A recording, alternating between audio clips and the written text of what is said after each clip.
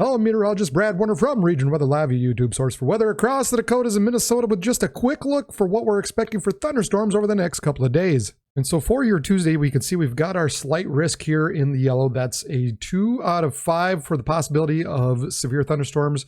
Your marginal risk within this region, that's your 1 out of 5 for potential for severe weather. And basically what we're looking at for this afternoon and into the evening hours are these storms that develop kind of into the Devil's Lake, James River Valley area, perhaps the southern Red River Valley as well, and then eventually moving down to the south and east throughout the nighttime hours. Now, as it does so, I think these storms are going to get a little bit bigger. They're going to get a little more intense as they move down across South Dakota and eventually into Minnesota as well.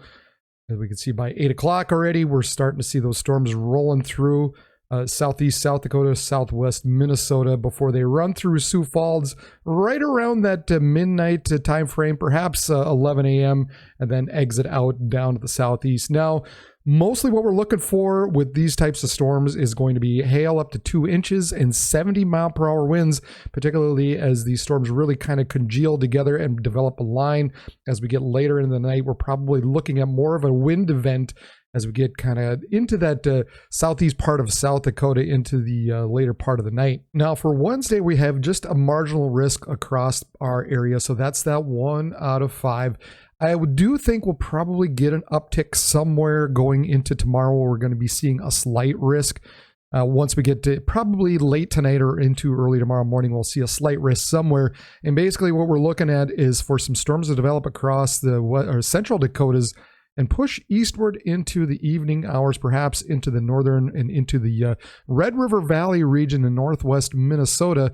And then we've got just kind of a scattered thunderstorms and just general rain as we get a little bit later into the night. I think kind of once we get past that 10 o'clock time frame, we're probably looking at just your showers and scattered thunderstorms throughout the remainder of the night, where we're really not expecting anything severe much beyond that point. Thursday, we're going to have this frontal boundary across South Dakota and Minnesota here. And now there's a little bit of a discrepancy as to where exactly some of these storms are going to develop.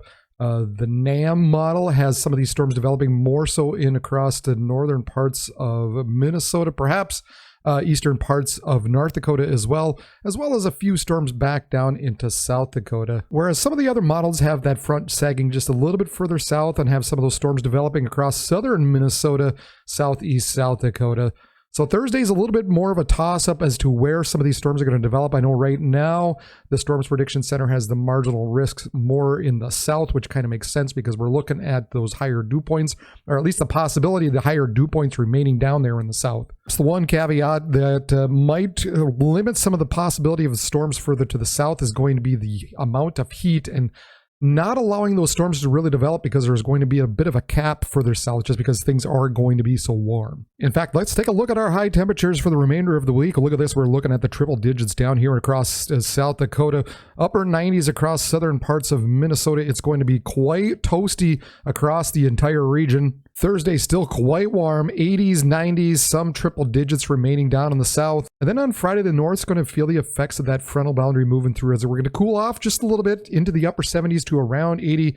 Meanwhile, down in the south, we're still going to remain in the low to mid 90s. Saturday, still looking at the 70s in the north, 80s to 90 in the south, so just a little bit cooler down in the south. And Sunday, we're looking at mid 70s to around 80 up in the north to the mid 80s to low 90s down across the far south. So a couple days of severe weather possible here once again going into today, Tuesday, and Wednesday as well. So make sure, if you haven't done so already, hit that subscribe button and hit the bell button beside it as well so that you're notified when I'm on live. I'll make sure to have a stream up and going. And then if things really get going crazy, I'll be on live in front of the camera as well, breaking down the latest and the greatest as to what's going on. And at the very least, that way, if you do subscribe, you'll know the next time I upload a video just like this is, hey, I'm on all year round. I'm here through the winter as well to keep you informed. So at the very least, hit the thumbs up button and that will help me out as well. All right, everybody, for Region Weather Live, I'm meteorologist Brad Warner, and everybody have a good day.